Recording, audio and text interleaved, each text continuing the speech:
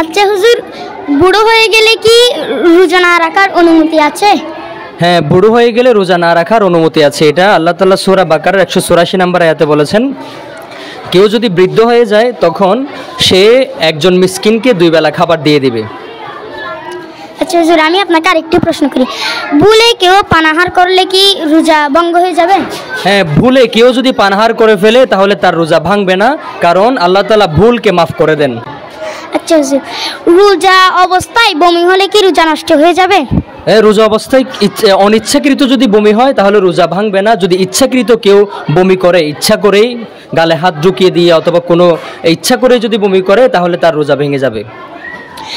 রোজা রেখে কেউ ইচ্ছাকৃত পানাহার করলে কি রোজা ভেঙে যাবে? হ্যাঁ, রোজা রেখে কেউ ইচ্ছাকৃত পানাহার করলে রোজা ভাঙবে। পাশাপাশি তাকে রোজাইটা কাজাও আদায় করে দিতে হবে, আবার একটানা 60টি রোজা তাকে কাফারা আদায় করতে হবে।